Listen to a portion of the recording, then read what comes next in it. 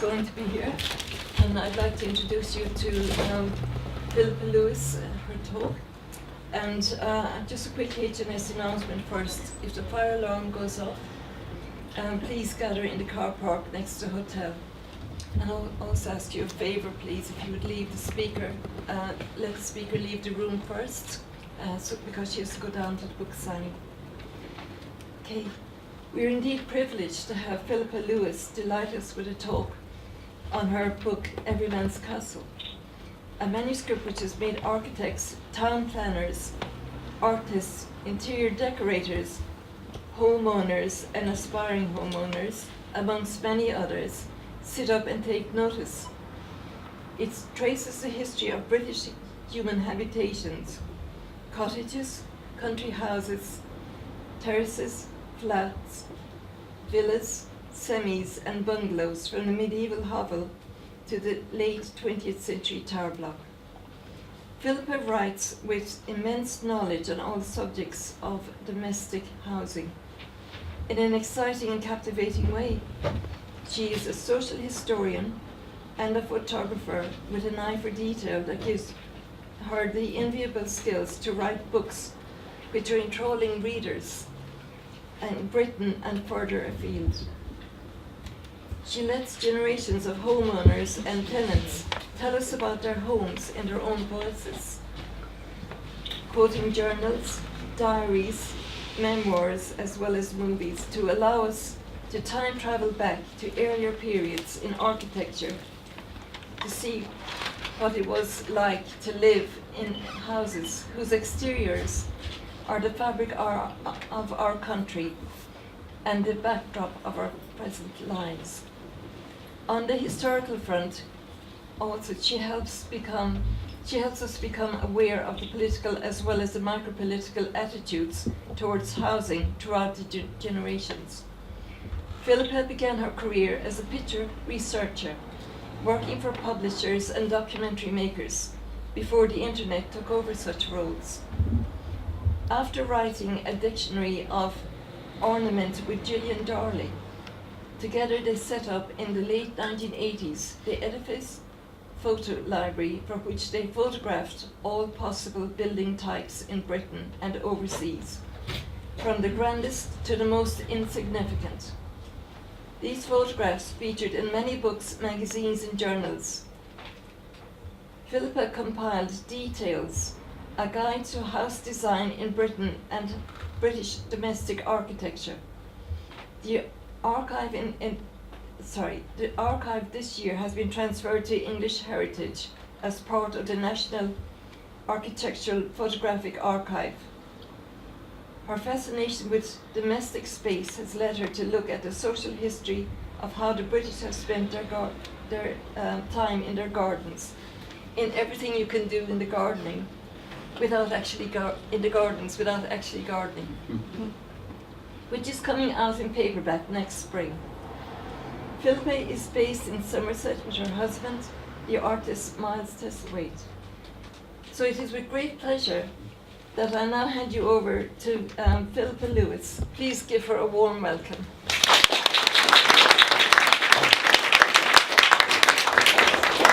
Thank you very much, Mary. That's very kind of her. Can everyone hear me? Okay? Great. Yes, if you speak up. I will speak up. I will project my voice, Anna. I'm going to open with a picture that I wanted to use in the cover of my book. It may have been better, because the Times critic said the one I'd used made it look like a noirish suburban murder saga. Anyway, I love this image because it seems to me to sum up much that we feel about our homes. The warmth, the security, and there's even this handy breadwinner at the coming home, as you see. And the point is, it's suburban. And I think, more than any other nation, we are obsessed by house ownership, and we tend to judge people by where they live, in a country house, a cottage, detached, semi-detached, a terrace. Do they live in a flat, a bungalow? We love owning them, and we love ornamenting them, inside and out. These are all housing types that I wrote about, but I thought, and what interested me most was the changing perceptions of how we've regarded houses. And the whole subject is riddled with peculiar snobberies, enthusiastic passions, and curious prejudices. There isn't the slightest doubt that the house types that start the British collective juices running are cottages and country houses. Few question the architectural splendour of the country house, pillars, parkland. This is Welbeck Abbey on our left, and it is a reproduction from an Edwardian book called Our Homeland. We have a fascination of the life within these houses. If you think of Downton Abbey, Brideshead, the National Trust has got over 3.7 million members. Most people have, and the picture on the right is by an artist called Helen Allingham, who painted these idyllic cottage country scenes. And I think most people have in their heads a vision of a dream country cottage. Dream semi is not an expression that you hear very often. And this vision is instilled in us, I think, by painters like Gainsborough, Helen Allingham, Miles Burkitt Foster. The children are rosy-cheeked and clean. They have white pinafores. The roses ramble over the thatch in a proper way. And this is the world of sort of country living, of what a friend of mine calls property page pornography. Of course, we know in our hearts that country houses are now just as likely to be prep schools, corporate headquarters, or maybe belong to an Arab sheikh, and the days of hosting balls and shooting parties are long over. And we know that cottages in November after a week of rain are pretty gloomy, or can be, and the thatch can be infested with rats, rather than just about birdsong and honey and all of that sort of stuff. So, I thought I'd talk to you today about the houses that rather get ignored, but I think are well worth looking at. So I want to look at the semi, the bungalow, and the villa. And these are, after all, the homes to most of us. And books about them really hardly exist. And I take the point that they're low on the aesthetic scale. But let's look at them and think about them and like them and laud them, really. This is a very nice converted, a sort of house in Colchester that's had some adaptations, and I thought it was a perfect illustration to every man's castle. I don't know if you agree. I think we British, what we like is we like privacy in our houses. We like gardens. We like to be able to mould them as our own and make them individual. We also like to give them names. And this astonished a German commentator in the late 19th century who said, the Englishman's love of his home is proverbial.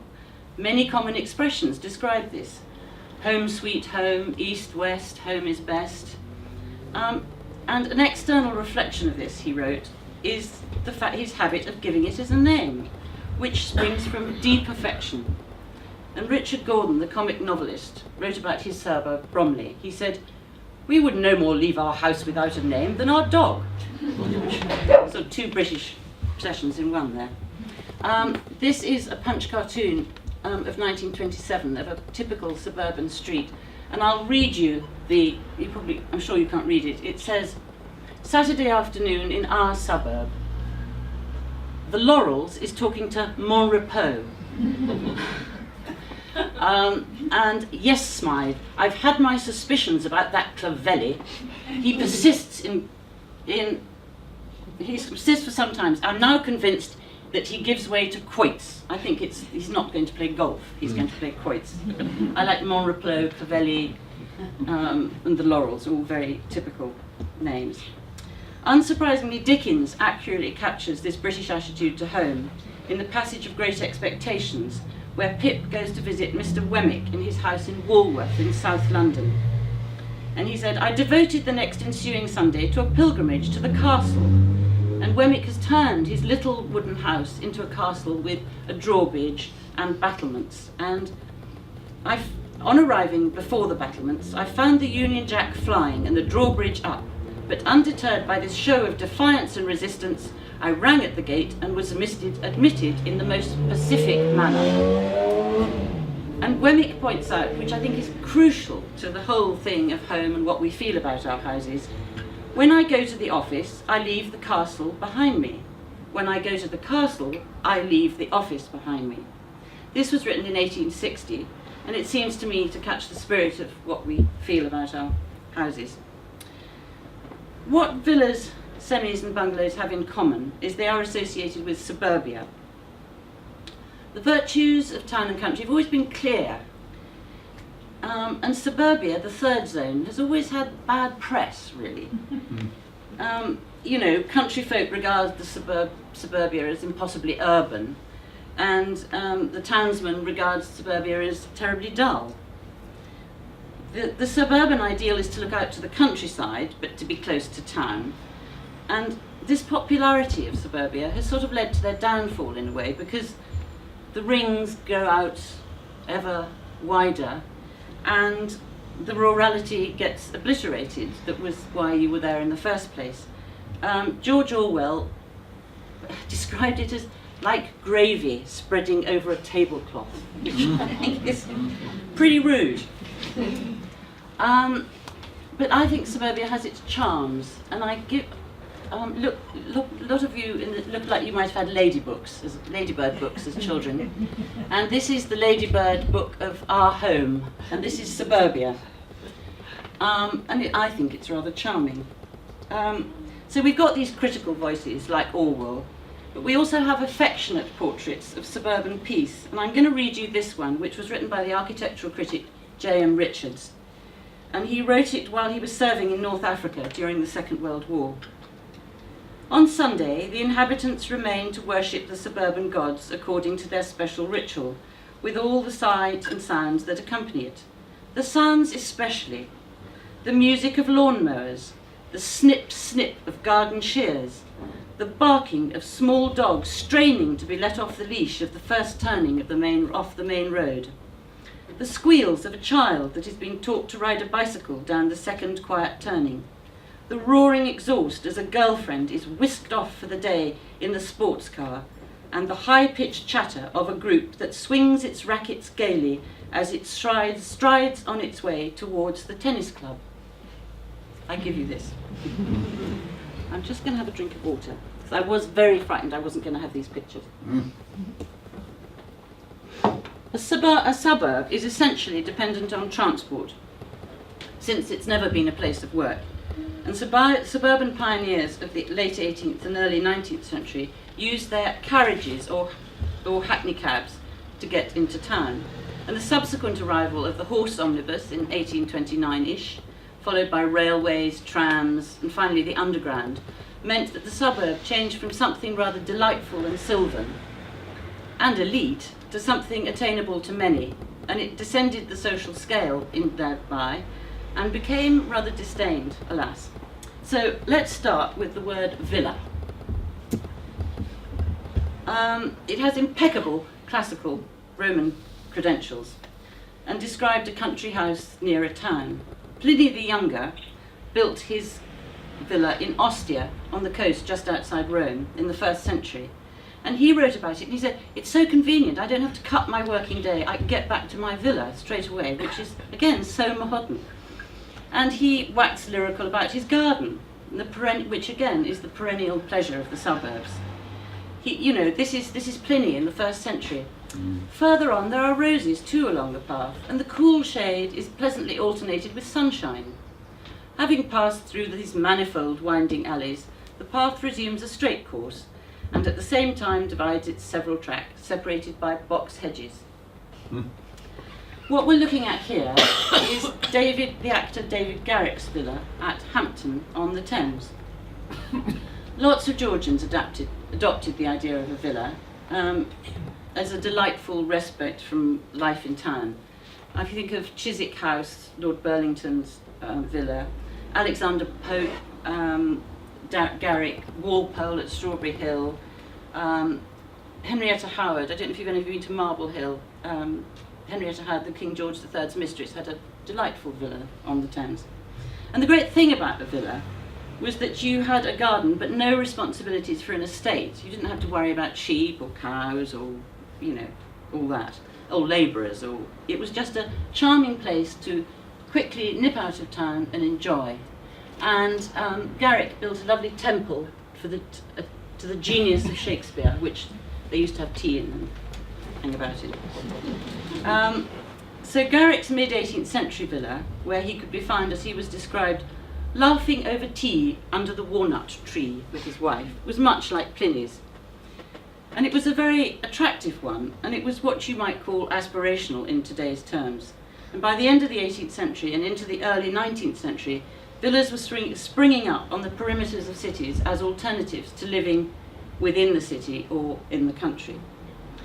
And this period, and if you think of the city, it was urban terraces, you know, Georgian terraces, which have much to recommend them, but are uniform. And this period, the late Georgian and early Victorian, was the villa's heyday, really. And these are just example of two villas in different styles that actually were built at Calverley Park in Tunbridge Wells, which I'll briefly talk about later. I mean, one observer was writing about Edinburgh in the 1790s. Numberless villas in the vicinity of Edinburgh, beautiful and distinct, each in the midst of its own plantations. And I think this last phrase, in the midst of its own plantations, is really, you know, it's the garden. And it was the professional middle classes by now, merchants, lawyers, doctors, that embraced the villa, those that could afford a carriage to take them back and forth from town, and the villa was their permanent home, not just a sort of quick escape. John Nash's original plans for Regent's Park were to have 56 villas set amidst undulating leafy landscape. And not all of them were built, as you probably know, but I don't know if any of you know Park Village East and Park Village West at the top end of Regent's Park, which was described at the time he built it in the early 19th century as having all the elegancies of town and all the beauties of the country commingled with happy art and blissful union. I think overblown prose has long been the associated with property. And we must remember that that day Camden was a rural village and St John's Wood was farmland. Some of you may have come across the writings of a man I'm very keen on called John Claudius Loudon, who with his wife Jane produced an amazing number of books on horticulture, agriculture, gardening. And in 1833 he produced an encyclopedia of cottage, farm and villa architecture, which he quickly recycled into the Suburban Gardener and Villa Companion.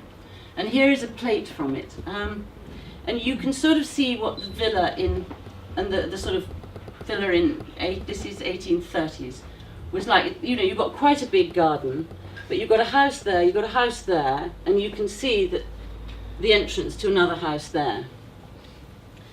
Now, Loudon he was really interesting, he defined the delights of suburbs very succinctly, because he pointed out that everybody was comfortably of the same class, middle class, in contrast to the country, where he said, either you have a display of hospitality, wealth and magnificence, the country house, or you have a life of labour, the cottage. But he said, we shall prove, he said, that the suburban residence, with a very small portion of land attached, will contain all that's essential to happiness. All lives would be happier for the cheerful aspect of vegetation, the singing of birds in their season, away from the close streets of houses in towns. So, and in the mid-19th century, the villa was just beginning to the word villa was becoming less sort of grand. These are grand villas. And Thomas Cubitt, who built Belgravia, he built himself a large villa in Clapham, and he called it Clarence Villa when he built it in 1820s, I think. Well, by the time it was sold in the 1850s by his heirs, it was Clarence House. And I think that tells us that the word villa was becoming slightly the words, villadom, a little villa. It's sort of gone down, hasn't it? And here are two quick quotes which tell you what people thought about the word villa.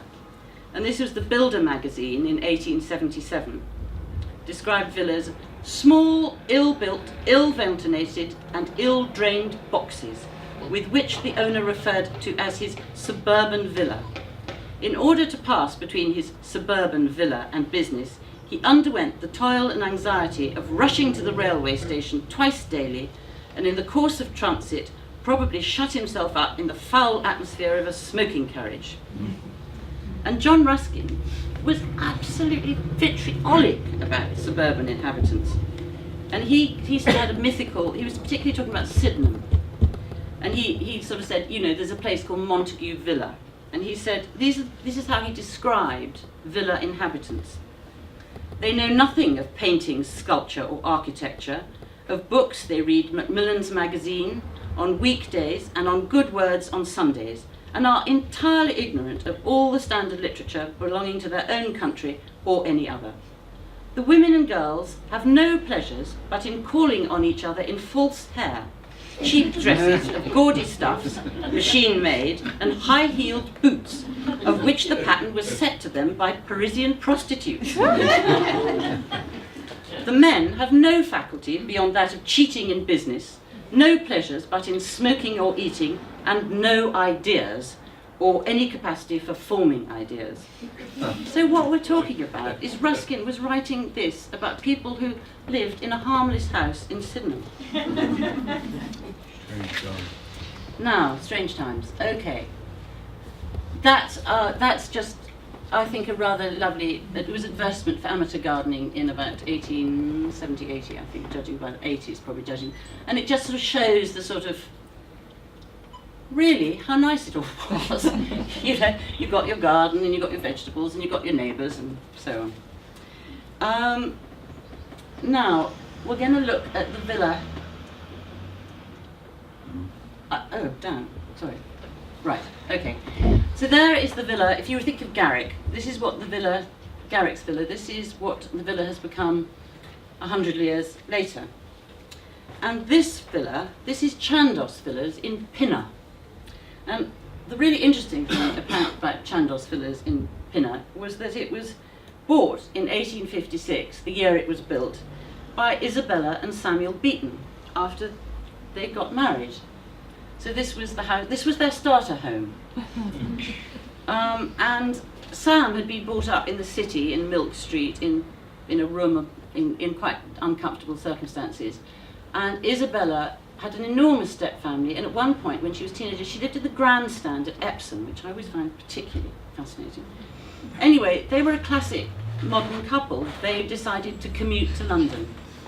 Sam worked, he had a publishing house in Fleet Street, and he'd made money by being the first publisher of Uncle Tom's Cabin. So this cost £50 per annum. And the interesting thing about it is, the brochure that this comes from, which advertised the sale, it was called the Wood Ridings Estate. What it was, the brochure had said that you got a free season ticket to London with this, with the rent. The morning papers were supplied to the regular traveller. The water and drainage were good, which was comforting, because if you think cholera was rife in London. A free education could be had at Harrow, and the post arrived before 8 o'clock.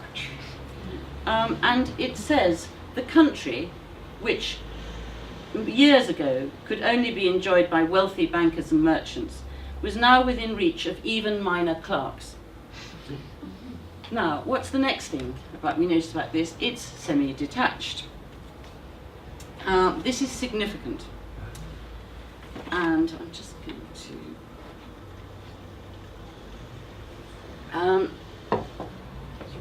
And I'm now going to read you 3 years after the Beatons moved into here. There was a novel published by someone called the Honourable Emily Eden, and her novel was called The Semi-Detached House. Its author had been brought up, obviously, in a rather grand household of her father, Lord Auckland, who was a prominent statesman and diplomat. And these are the opening lines of the novel, which are spoken by Blanche, who's the pregnant wife of an ambitious young diplomat who's been posted abroad for a bit. And she says, and her house the house I imagine would have been much like this. The only fault of the house is that it is semi-detached.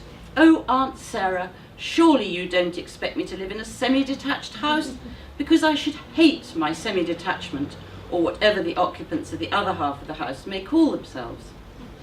She imagines her neighbours, a little boy who will always be throwing stones at the palings and making me jump, and a mother who will be immensely fat, wear mittens, and contrive to know what I have for dinner every day. They, in the meantime, the family next door, who were indeed below her class, are imagining her to be the mistress of someone rather posh, kept in seclusion in the suburbs, which also famously happened in St John's Wood a lot. So this is the earliest example I have found, but certainly not the last, of the snobbishness attached to semi-detached housing. And in the last census, I mean, I think a third of the people in Britain live in semi-detached houses. And I'll throw in a remark here, which is about as outrageous as Ruskin, which is made by the novelist Somerset Maugham in the 1930s. And he suggested that, he said, it is unnatural for an artist to live in a semi-detached villa, and eat cottage pie cooked by a maid of all work. So, okay, that poor old semi. Now, this is Milton Abbas in Dorset, and it doesn't look semi-detached, and it was built in 1773, but it is, and in this case they had a shared door. I don't know probably a lot of you have been there. The important thing to realise about semi-detached houses is that they're very economic to build.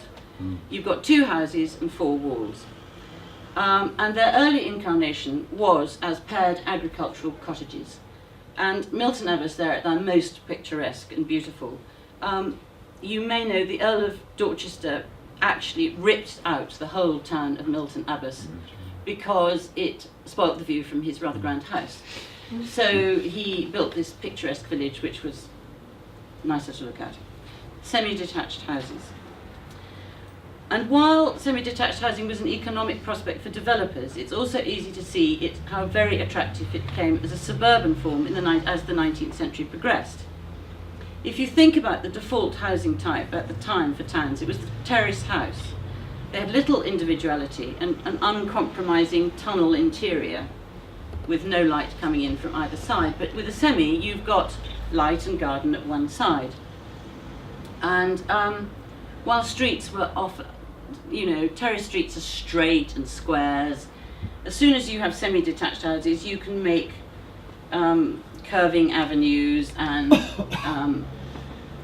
I've asked a feeling that we probably won't be able to see this at the back, but this is the plan of Calverley Park in Tunbridge Wells, which was built by Decimus Burton in about 1829. And these were all individual houses, some of them semi-detached, and they curve, and there's a lot of, you look out onto you don't look onto each other. And another early development of the suburban ideal was St John's Wood, which is also early 19th century. And that they were described as large semi-detached houses on an amplitude of ground, where crucially, and this is another point, no house was erected opposite another. And it was also recorded that there was a sort of complaints book that they had on the estate, and that one of the windows, the lower part shall be and remain at all times fastened down so as to prevent the persons in number 5 overlooking the adjoining premises. So this is in 1820s, and I'd sort of say nothing much changes. And also you get verges and you get shrubs planted along the road. So that's, this was how the suburbs went. Really nice. And I think the next interesting development in the history of the semi-detached comes at the end of the 19th century, when the suburb and the semi-detached house become a force for good. George Cadbury, these are houses at Bourneville. And George Cadbury moved his chocolate factory out of central Birmingham to what he called Bourneville, which was about 3 or 4 miles out. And he wanted his workers to be happy and healthy. And he built largely semi-detached houses with good gardens. He built them around a green, and they had shops and schools and a cricket pitch. And at the same time, William Lever was building Port Sunlight for his workers at the soap factory outside Liverpool. And he said, "It is my and my brother's hope someday to build houses in which our work people will be able to live and be comfortable. Semi-detached houses with gardens back and front, in which they will learn that there is more enjoyment in life than the mere going to and returning from work and looking forward to Saturday night to draw their wages. Well, paternalistic views may be, but true. And keeping having a bit of garden and keeping men out of the pubs was a sort of ongoing trope of the philanthropists of the sort of that period.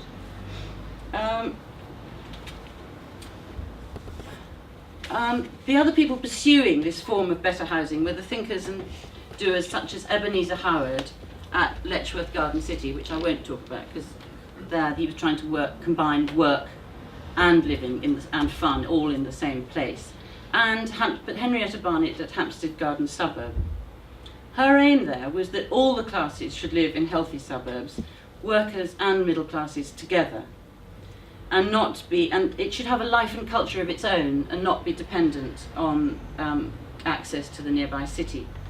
And both Barnett and Howard worked with the architects Barry Parker and Raymond Unwin, who really sort of set the pattern of much sort of semi-detached suburban housing that we know today. They believed, Unwin had, he's lovely, he said he disapproved of the common unsatiable desire for detachment. He was a real promoter of semi-detached and lived in one himself. And he said, the houses should face the sun, from where comes light, sweetness and health, and the designs should be simpler, and he wanted to get rid of that front parlour of the terraced house. And he wanted to, they devised the cul-de-sac for the first time in places in Hampstead Garden Suburb, I think. And roads became avenues, drives, walks, closes. And everyone could take advantage of the lay of the land and so on. And I think the power of this vision is incredibly well expressed in the cover of this book, which was published in 1918. The Home I Want. You cannot expect to get an A1 population out of C3 homes. Well, the C3 homes are the urban terrace, sort of 2 up, 2 down. And it's worth remembering that as late as 1909 in Leeds, they were building back-to-back houses, which is astonishing. And this is what he wants. And you can see the semi-detached picket fence, space, air, light. And the government did indeed build homes for heroes, as they became labelled. And a report was commissioned by a famous report by Sir John Tudor Walters in 1918.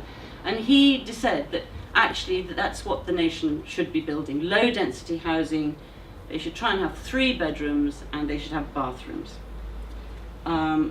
And in other words, a sort of suburban house. And councils did receive subsidies until 1923 to build such estates, and built a lot. I mean, they built 750,000 houses between the end of the war and 1923. And they were sort of, in a simplified form, they were looking like Hampstead Garden Suburb. But after 1923, the subsidies ceased, and the whole thing turned on its head. And the private builders were left to fill the shortfall. And the extraordinary fact is that between 1923 and the outbreak of the Second World War, over 4 million houses were built. And a large number of them were semi-detached. And as another radical change, these were houses for sale. These were going to be the houses that people owned. And this was happening because they'd had rent restriction, which they took off, so rents were going up, interest rates were falling, and tax relief on mortgages was introduced. So it's all a bit technical, but it's sort of interesting. So buying a house became a possibility for another 20% of the population. And houses were very, very cheap to buy. For example, a Waite semi in Mitcham in Surrey in 1939, I think it is, could be bought for £315 with a weekly repayment of 8 and 10 pence. Now this is a Cheltenham and Gloucester Building Society advertisement, which says pride of ownership has been brought to many thousands through the aid of the Cheltenham and Gloucester Building Society. And that was my great-grandfather. And the other one is just to show you, there was a huge interest suddenly in home. There were endless magazines suddenly appeared called Ideal Home, Home and Life, you know, rhubarb. And that is the ideal home. That's 1922 ideal home. There was huge competition. Mortgage companies were competing, development companies were competing. They offered sort of free fridges and railway season tickets with their houses. And the other thing that happened is you get a sort of division of two kinds of houses. You get the, Mr. Girton presents his house. He was obviously a developer, quite a sort of slick operator, and he's presenting you with a mock Tudor house. You know, which if you think about it, at this period of sort of uncertainty, the comfort of timber, you know, mock timber framing, lead diamond pane windows, it was sort of rural, it was, you know, looking back to the Elizabethan period, Good Queen Bess, when we were so successful and wonderful. And there were some houses, and this is the cover of I took this for the cover of my book, which were modern, and they were altogether less popular. And they had these lovely crittle windows made not far from here, and green roofs and all this sort of thing. And people were, in the main, slightly suspicious of them. And that's just a Halifax Building Society, which is also a sort of modern-y kind of house. Now, I guess many people were really beginning to enjoy their houses and luxuriating them. And they all had, also the new houses, remember, had guaranteed electricity, which was radical change. But the speed at which the countryside was being devoured was causing a lot of antagonism. And we've got, again, this kind of, this view coming from above. Thomas Sharp, a distinguished planner of the period, announced the suburbs as barbaric, with their romantic villas and bungalows, with their pebble dash, their half-timbered gables, their picturesque leaded light windows.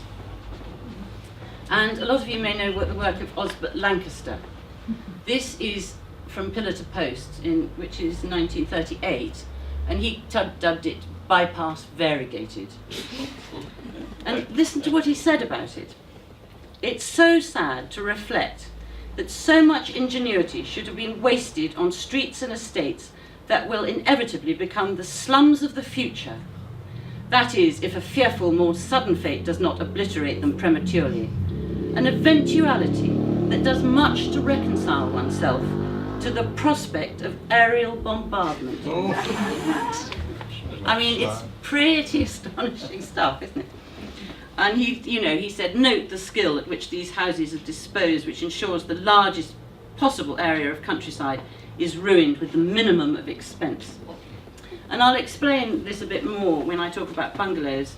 Academics, architects, landowners, and the classes on the upper end of society face spreading of houses and house ownership with extreme hostility.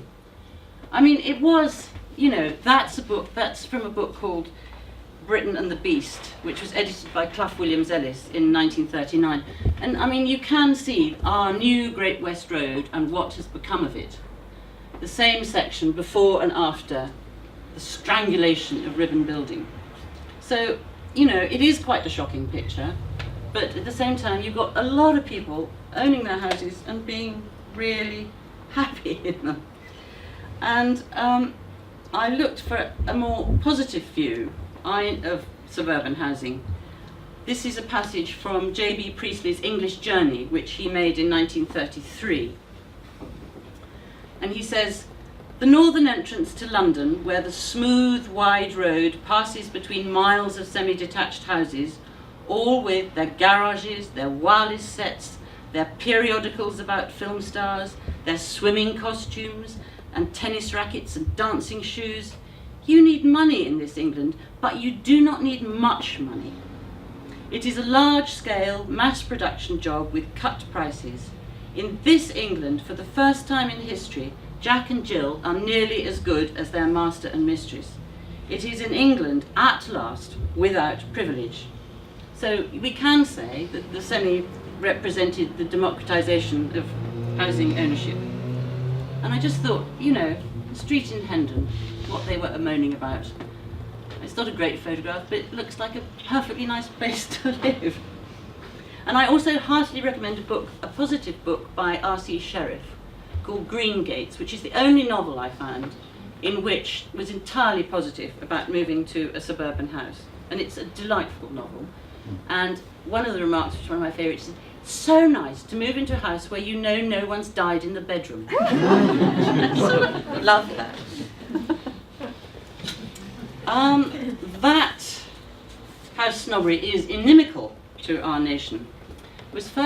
I discovered that in two places, in Downham near Bromley and in Cutteslowe in Oxford, walls were actually built, walls with spikes between the private housing, which you can see here with the bays, and the council housing, which would have been the Homes for Heroes housing, which was plainer, but you can see laid out in the same way. So, it seems utterly astonishing to us now, doesn't it? So this wall, this is Cutteslowe in Oxford. The walls were built in 1934. They were demolished in 1938. The developer of this went to court and complained, and the wall was rebuilt. And it was finally demolished in 1959. And here you can see all the little 1959 children walking across the barrier. And I think that's a pretty extraordinary bit of history. Now, only the bungalow is more reviled, I think, than the semi. The tragedy is it all started off so well. It's a form of housing with a history that's inextricably bound up in the seaside. And the first so-called bungalow in England, though obviously this term was used in the British Raj in India for single-storey houses with verandas, were built by an architect called John Taylor in Birchington-on-Sea in the Isle of Thanet. And this is the illustration of them from the Building News magazine. And it doesn't have a veranda, but the point about it was its situation. These are singles perched on a cliff, a situation as bracing as our island can supply. Nothing but sea between them and the North Pole. So there was nothing suburban about them. And they were considered to be tremendously healthy. That was the point about, you went and this was the time of rational dress and getting out in fresh air and all of that. So to go to a bungalow was a sort of healthy thing to do. And you might like to know that the painter Rossetti died in one of these when he was an invalid, and also they became, his mother, he thought it looked like a railway station, but his mother thought it was very convenient because, quite rightly in a bungalow, she didn't have to take him upstairs, and he was an invalid, and that's why old people live in bungalows. And while other people might be thinking of cottages and country houses, the point about the bungalow was that they were cheap, and they offered country retreats on a shoestring. And one of their earliest enthusiasts, one of the few architects was to sort of embrace the form, was a man called Briggs. He was known as, he was called R.A. Briggs. He was known as R.A. Bungalow Briggs. And this is an illustration from his Bungalows and Country Residences, published in 1891. And we can see, here we've got the proper veranda, it's thatched. And sometimes they did have little upstairs rooms, so they weren't entirely single-storey. But this is a classic 1890s bungalow. And they were sort of advertised as, they were cheap, you didn't need elaborate furnishings, you probably didn't need a servant. So it was a loose, freedom escape. And this is just one of my favourite bungalows that I knew most of my life. It's now been demolished and rebuilt as something modern, but it's overlooking Salcombe Harbour. And every holiday in my childhood, I used to look at this bungalow and wish I was there. And when anyone was there, they'd put up a flag. But that seems to me the sort of archetypal, what it was all about. And if you think of the average Victorian house, something that this was minimal, sustainable, radical, and it does seem extraordinary. I mean, it seems extraordinary. In 1899, a magazine was founded, and it was to celebrate the bohemian lifestyle, and the magazine was called The Bungalow. And this was, you know, and in The Bungalow it says, I went into the British Library and read them. Nobody has his liberty, but perhaps the man in the bungalow has most. There is no limit to his building. His house can extend on and on. Room after room can be added as he wants it and according to the position of the sun, so he can select his position in the shade of a never-ending veranda. And despite this bohemian streak attached to the bungalow, I do like the fact that the royal family had a bungalow, little known, at Snettisham in Norfolk. And here they are looking very, very un-bungalowish. Very formal, obviously lunch. I don't think they can have spent the night there, but this is one view of it. But on the other side, its porch is an upturned boat. And inside, this is from Princess Victoria's photo album. Inside, they've sort of stuck shells and things on the walls and the pebbles. And I don't think this will be in your local library. But here's another. I found this book and was delighted. And it gives a very good example to show how the bungalow was considered very adventurous. I think this was published about 1910. It doesn't say. And I'll read you the opening. A quaint little bungalow with a veranda stood in the middle of a field. Only a rough cart track led up to it. 3 gay girls, ankle deep in dust, trudged happily towards it, and the spirit of adventure strong within them, their hearts thrilling with the sense of possession. For the sum of 12 shillings a week, that bungalow had been rented by them for 2 months. A little house, but their own, for the time being, in which they could do as they pleased. This is a pretty attractive idea, and bungalows were proliferated. Endless companies produced bungalows that you could pop up anywhere. And here is the Suitall bungalow.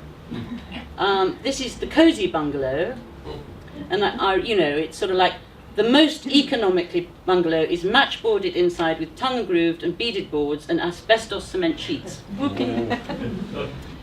This is, one for to be by the sea, so you just put your boats off, and that is a corrugated iron one, which again, could be just shipped to the nearest railway station. You whipped off to some riverside and stuck it up. Great. At that point, you could buy a bit of land and you could put up whatever you liked on it. There were no restrictions. It was sort of self-built heaven, really, and just self-invented heaven. And on Shoreham Beach, there were a lot of little colonies grew up. And on Shoreham Beach near Brighton, a whole community of actors and music hall stars made a summer colony that began with railway carriages in about 1900. They'd get a railway carriage and then add on. And it even had a film studio with bungalows for the film stars. But it was all demolished in the Second World War, apart from this bungalow, which is called Fort Haven, which my parents lived in at the end of the war, when it was completely flattened, and they just left one bungalow at the end, which had been built for a film producer, which there you are, that's just an odd little note. The early ramshackle communities were looked down upon, and also the morals of bungalow dwellers were kind of, artistic communities. There's a novel that H.G. Wells wrote called In the Days of the Comet in 1906, and he lived quite near Shoreham-on-Sea, and I wonder if he had it in mind.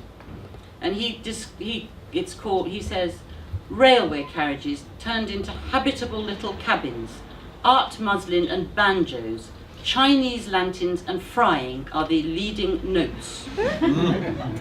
And the 4 main characters end up living in a commune, not in a house, which was, so I think that's pretty significant. But as with the semi, the worm turned and the proliferation of bungalows was felt to got out of control. The critical moment was, I think, with the building of Peacehaven on a pristine Sussex cliff top. This was different to the carefree cabins because it was a bungalow development, and it was instant suburbia, if you like. It was devised by a publicity genius called Charles Neville, who spotted this bit of land, bought it. He divided it into a grid of plots and sold them off.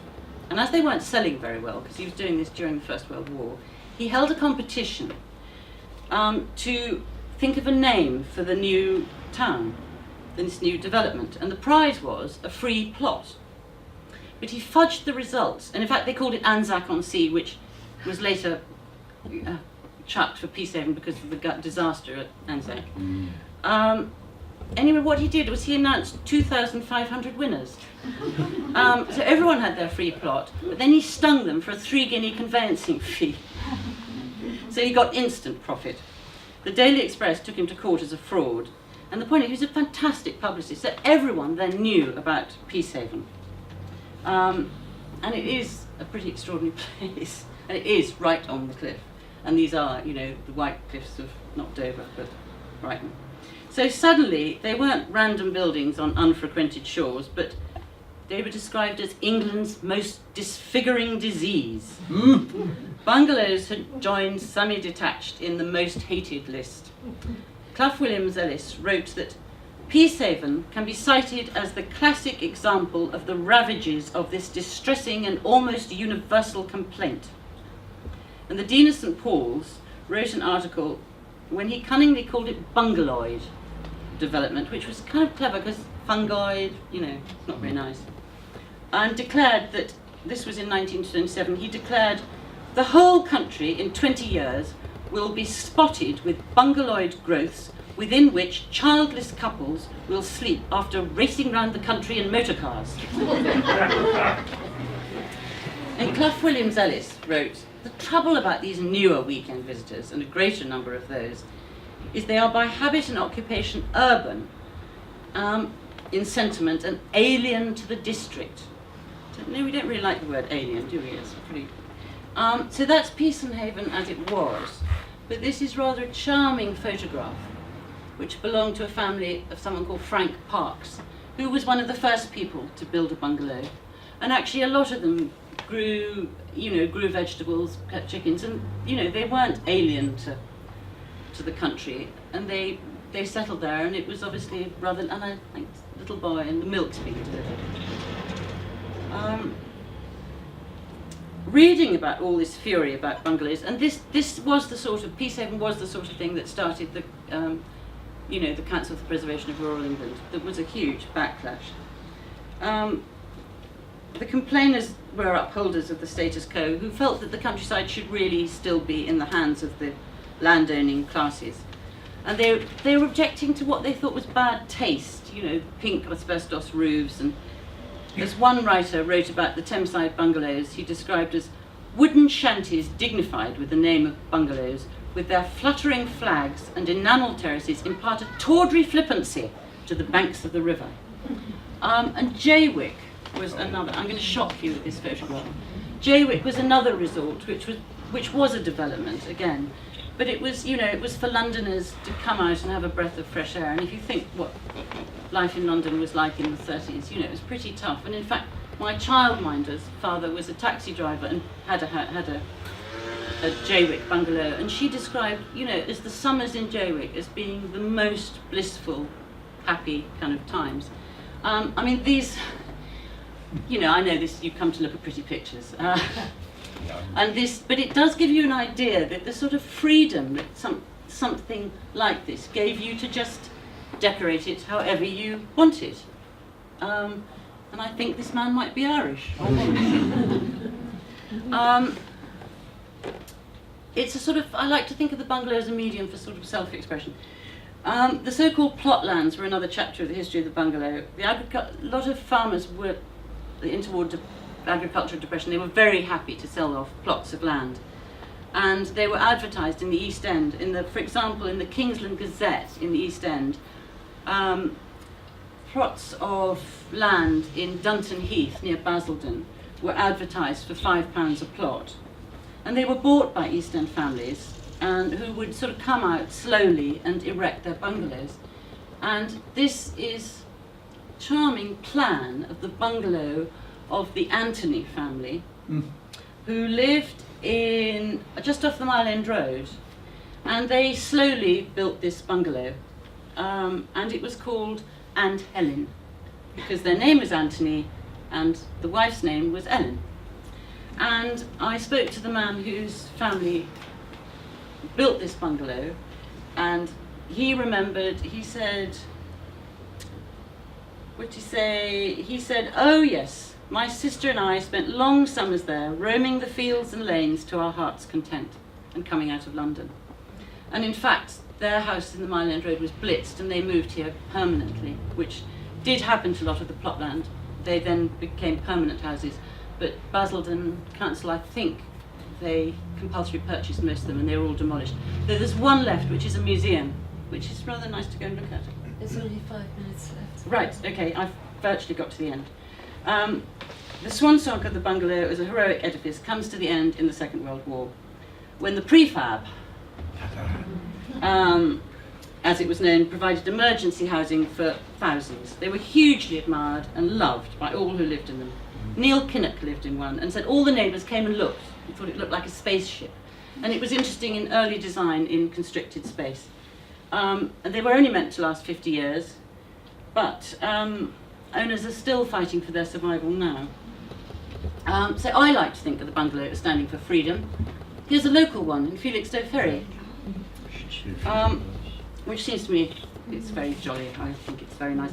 But I kind of thought you might not want to end on that, so I'm ending in a very picturesque suburban house, which I think sort of goes back to the picture I began with of home. It's got a welcoming porch, and it's pretty and neat, and that's it. Thank you very much.